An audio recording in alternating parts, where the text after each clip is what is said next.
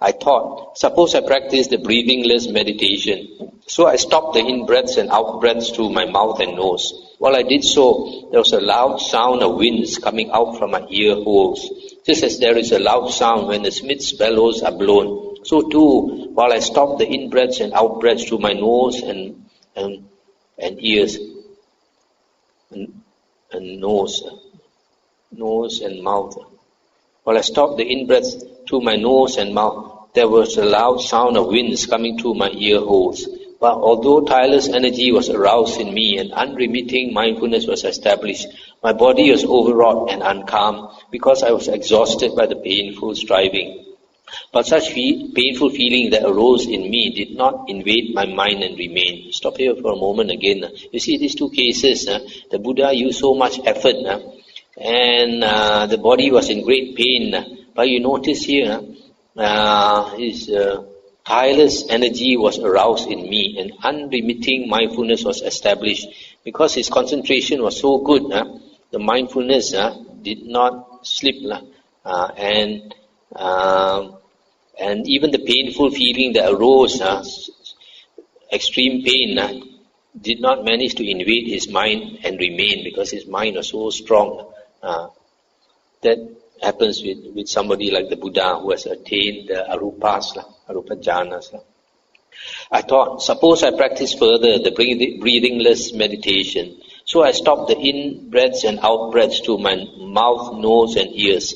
While I did so, violent winds cut through my head, just as if a strong man was splitting my head open with a sharp sword. So too, while I stopped the in-breaths and out-breaths to my mouth, nose and ears, violent winds cut through my head. But although tireless energy was aroused in me and unremitting mindfulness was established, my body was overwrought and uncalm because I was exhausted by the painful striving. But such painful feeling that arose in me did not invade my mind and remain. I thought, suppose I practice further the breathingless meditation. So I stopped the in-breaths and out-breaths to my mouth, nose and ears. While I did so, there were violent pains in my head, just as if a strong man were tightening a tough leather strap around my head as a headband. So too, while I stopped the in-breaths and out-breaths to my mouth, nose and ears, there were violent pains in my head. But although tireless energy was aroused in me and unremitting mindfulness was established, my body was overwrought and uncalm because I was exhausted by the painful striving. But such painful feeling that arose in me did not invade my mind and remain. I thought, suppose I practice further the breathingless meditation. So I stopped the in-breaths and out-breaths through my mouth, nose and ears. While I did so, violent winds carved up my belly, just as if a skilled butcher or his apprentice were to carve up an ox's belly with a sharp butcher's knife. So too, while I stopped the in-breaths and out-breaths to my mouth, nose and ears, violent winds carved up my belly. But although tireless energy was aroused in me and unremitting mindfulness was established, my body was overwrought and uncalm because I was exhausted by the painful striving. But such painful feeling that arose in me did not invade my mind and remain. I thought, suppose I practice further the breathingless meditation. So I stopped the in-breaths and out-breaths to my mouth, nose and ears. While I did so, there was a violent burning in my body, just as if two strong men were to seize a weaker man by both arms and roast him over a pit of hot coals. So too, while I stopped the in-breaths and out-breaths to my mouth, nose and ears, there was a violent burning in my body. But although tireless energy was aroused in me and unremitting mindfulness was established, my body was overwrought and uncalm because I was exhausted by the painful striving. But such painful feeling that arose in me did not invade my mind and remain. Stop here for a moment. So you see, the Buddha's efforts, such great efforts, and a person without a strong mind, without jhana, could not possibly practice what the Buddha practiced, because the pains were going through all his body, and yet he could stand it because his mind was so strong. Now when deities saw me, some said, the recluse Gautama is dead. Other deities said, the recluse Gautama is not dead, he is dying. And other deities said, the recluse Gautama is not dead nor dying. He is an arahant, for such is the way arahants abide. I thought, suppose I practice entirely cutting off food. Then deities came to me and said, good sir, do not practice entirely cutting off food. If you do so, we shall infuse heavenly food into the pores of your skin, and you will live on that. I considered, if I claim to be completely fasting while these deities infuse heavenly food into the pores of my skin, and I live on that, then I shall be lying. So I dismissed those deities, saying, there is no need. You see here, even the deities pity him so much. I thought, suppose I take very little food, a handful each time, whether of bean soup or lentil soup or veg soup or pea soup. So I took very little food, a handful each time, whether of bean soup or lentil soup or veg soup or pea soup. While I did so, my body reached a state of extreme emaciation. Because of eating so little, my limbs became like the jotted segments of vine stems or bamboo stems. Because of eating so little, my backside became like a camel's hoof, sunk in. Because of eating so little, the projections on my spine stood forth like corded beads. Because of eating so little, my ribs jutted out as gaunt as the crazy rafters of an old roofless barn. Because of eating so little, the gleam of my eyes sank far down in their sockets, looking like the gleam of water that has sunk far down in a deep well. Because of eating so little, my scalp shriveled and withered, as a green bitter gourd shrivels and withers in the wind and sun. Because of eating so little, my belly skin adhered to my backbone. Thus, if I touched my belly skin, I encountered my backbone. And if I touched my backbone, I encountered my belly skin. Entirely no stomach at all. Because of eating so little, if I urinated or defecated, I fell over on my face there. It's so weak. Because of eating so little, if I tried to ease my body by rubbing my limbs with my hands, the hair, rotted at its roots, fell from my body as I rubbed. Now when people saw me, some said, the recluse Gotama is black. Other people said, the recluse Gotama is not black, he is brown. Other people said, the recluse Gotama is neither black nor brown, he is golden skinned. So much had the clear, bright color of my skin deteriorated through eating so little. I thought, whatever recluses or Brahmins in the past have experienced painful, racking, piercing feelings due to exertion, this is the utmost, there is none beyond this. And whatever recluses and Brahmins in the future will experience painful, racking, piercing feelings due to exertion, this is the utmost, there is none beyond this. And whatever recluses and Brahmins at present experience painful, racking, piercing feelings due to exertion, this is the utmost, for there is none beyond this. But by this racking practice of austerities, I have not attained any superhuman states, any distinction in knowledge and vision worthy of the noble ones. Could there be another path to enlightenment? I considered. I recall when my father, the Sakyan, was occupied while I was sitting in the cool shade of a rose apple tree, jambu tree, quite secluded from sensual pleasures, secluded from unwholesome states. I entered upon and abided in the first jhana, which is accompanied by applied and sustained thought, with delight and pleasure born of seclusion. Could that be the path to enlightenment? Then following on that memory came the realization, that is the path to enlightenment. I thought, why am I afraid of that pleasure that has nothing to do with sensual pleasures and unwholesome states? I thought, I am not afraid of that pleasure since it has nothing to do with sensual pleasures and unwholesome states. I stop here for a moment. So after a lot of ascetic practices, the Buddha almost died. And after that, he thought very hard, what is the path to enlightenment? Then he remembered when he was a small boy, he could enter the first jhana. Then following on that memory, he realized that is the path to enlightenment. Then he recalled, why didn't he use this jhana before? Then he recalled, because he thought that jhanic pleasure is blamable because it is enjoyment. Because a lot of ascetics say the way to enlightenment is not through enjoyment but through suffering. So that's why he gave up the jhanas. But now he realized that the jhanic bliss is different from sensual pleasures, completely different. It's nothing to do with sensual pleasures and unwholesome states. Jhanic bliss, jhanic pleasure is a very wholesome state. I considered it is not easy to attain that pleasure with the body so excessively emaciated. Suppose I ate some solid food, some boiled rice and bread, and I ate some solid food, some boiled rice and bread. By that time, 5 monks were waiting upon me, thinking, if our recluse Gotama achieves some higher state, he will inform us.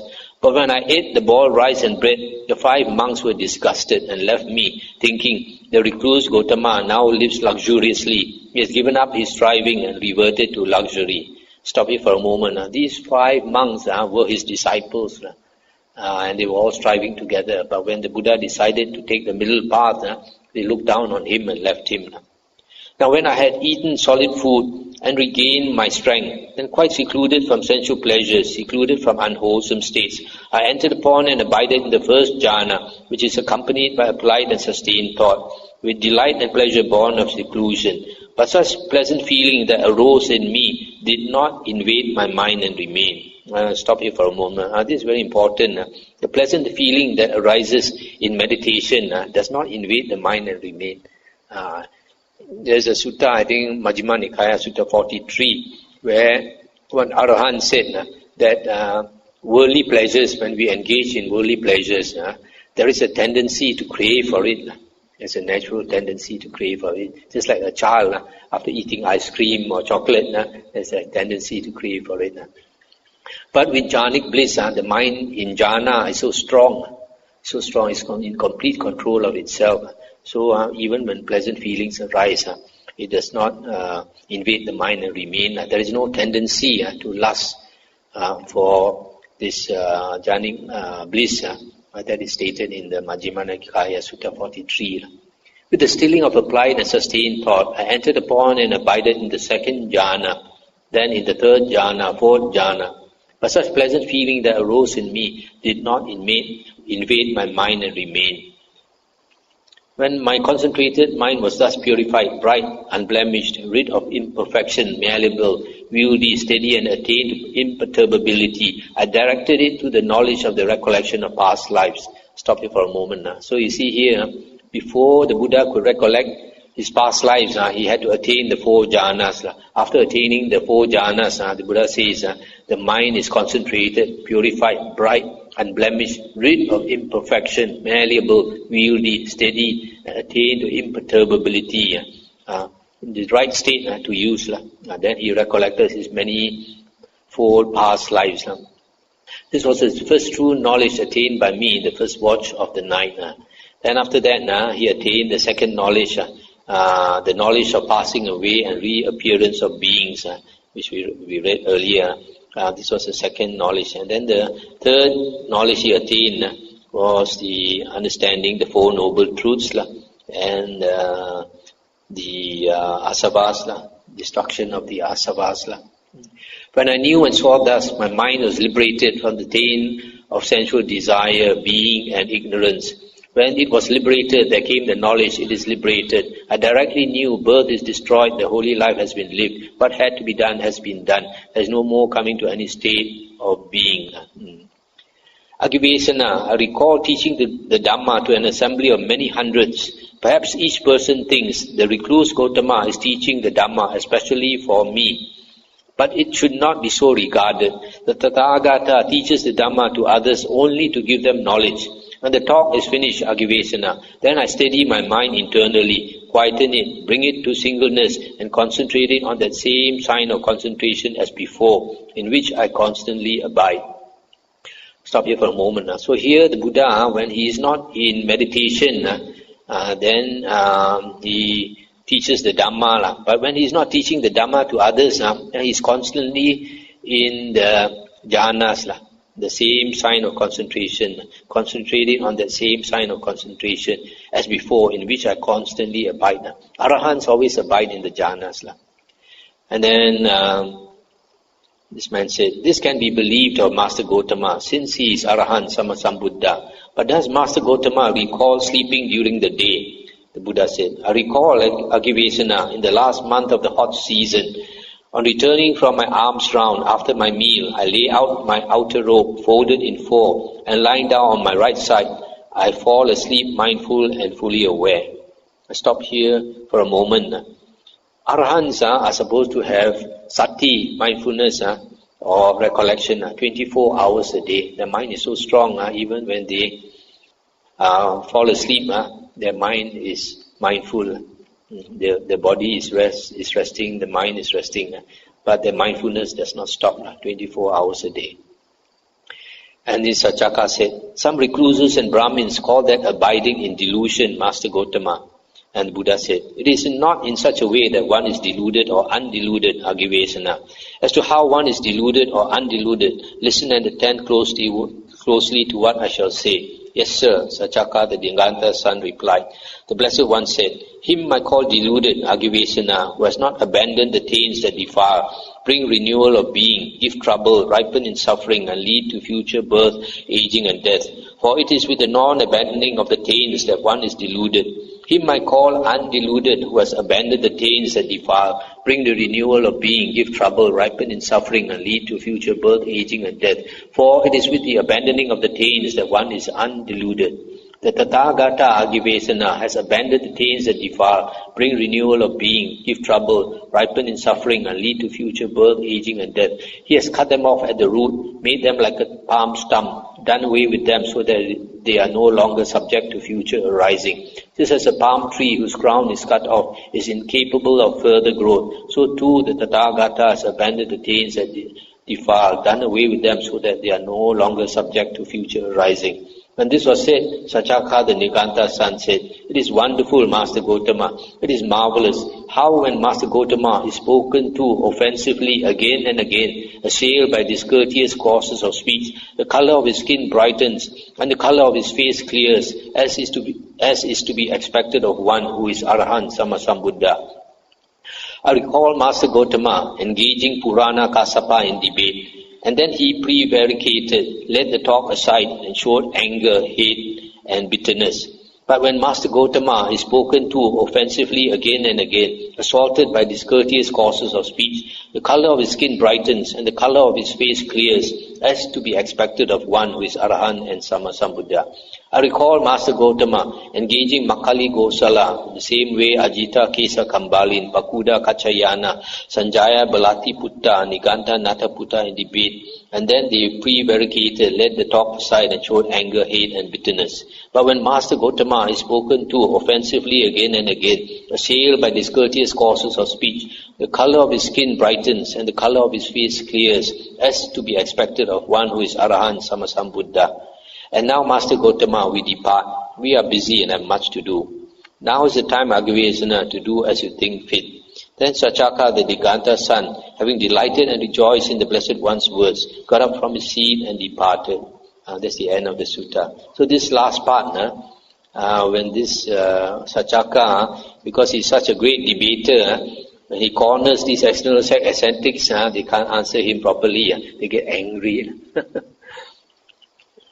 But when he knows that he's speaking to the Buddha offensively again and again, using discourteous courses of speech, but each time he uses offensive speech, instead of getting angry, the Buddha rises up to his challenge, the face brightens, and skin brightens. So the Buddha never gets angry. So he's very impressed by the Buddha. So this is quite a long sutta. So the Buddha here describes all the painful practices he went through. Stop breathing is extremely painful. All the pain in the head, pain in the body, and all that. But he could withstand it because the mind was so strong. So here you see the Buddha says in this sutta, worth noting is that for a person to hope to become enlightened, he must not only be withdrawn from sensual pleasures, bodily and mentally, even the tendency must be fully abandoned, suppressed internally, even deep inside. There is no more desire for sensual pleasures. Otherwise, there is no hope for enlightenment. And this you can only do when you get rid of the hindrance of sensual desire. So, okay, we stop here. We're nearly 1.5 hours. Okay, anything to discuss? Nanti kita selesai. Saccaka asked the Venerable Saji how the philosopher wants to explain to his disciple. Isn't it more relevant for Venerable Acharya to become Vinaya rules? Vinaya rules, as we saw yesterday, is the bottom part of the training. Remember, we read the suttas, how a monk, when he becomes a monk, the very bottom is getting fame. And then the Buddha says a monk should not be content with that. After that, he should practice sila. Sila is the Vinaya rules. And after that, the Buddha said, I should not be content with that. Then after that, he should go further. And after that, he should get concentration. Then after concentration, then he should get the knowledges, knowledge and vision.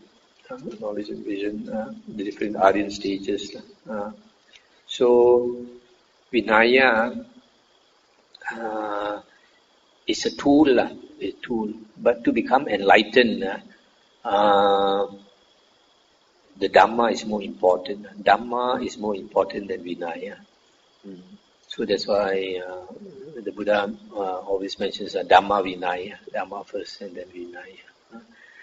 Also, in the Noble Eightfold Path, you find perfect sila consists of three factors. And these three factors are right speech, right action, and right livelihood. And these three factors, if you look into it, right speech, there are 4 precepts. Right action, there are 3 precepts. Right livelihood is covered by right speech and right action. So actually, the sila component, moral conduct in the Noble Eightfold Path consists of 7 precepts. But in the monks' Vinaya, there are 227 precepts. A lot of it is only to give the Sangha a good image. A lot of these precepts, if a monk breaks the precepts, he does not do moral, he's not doing some karmic offense. For example, in fact, some of the rules out of these 227, the first person who broke it sometimes were arahants.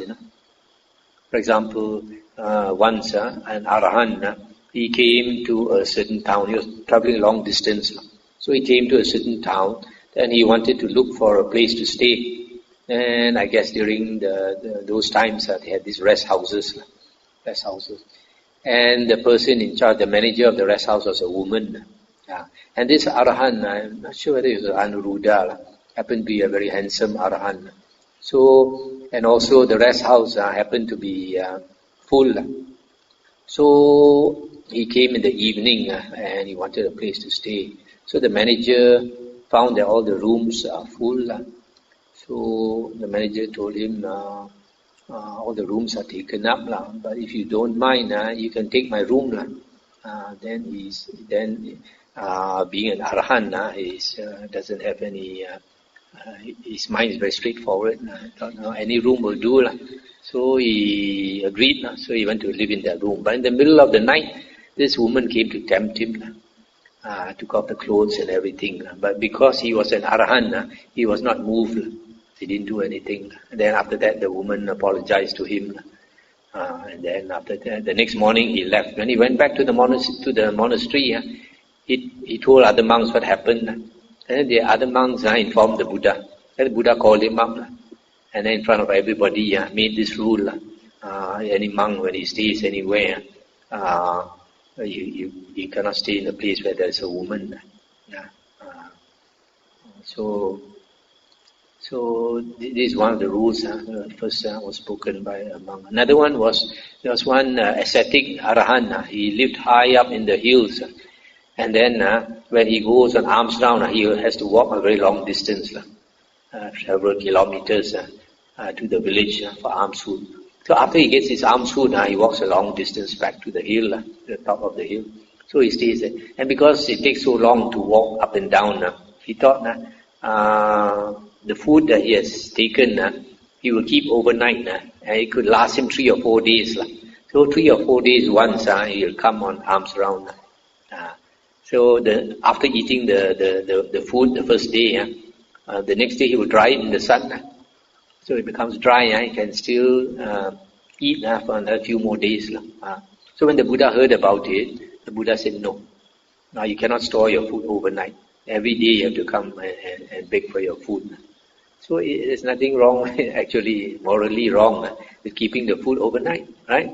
But the Buddha wanted the monks maybe to firstly to give a chance for lay people to do merit. Secondly, he doesn't want monks to store food once you are in the habit of keeping food, and always want to store food overnight.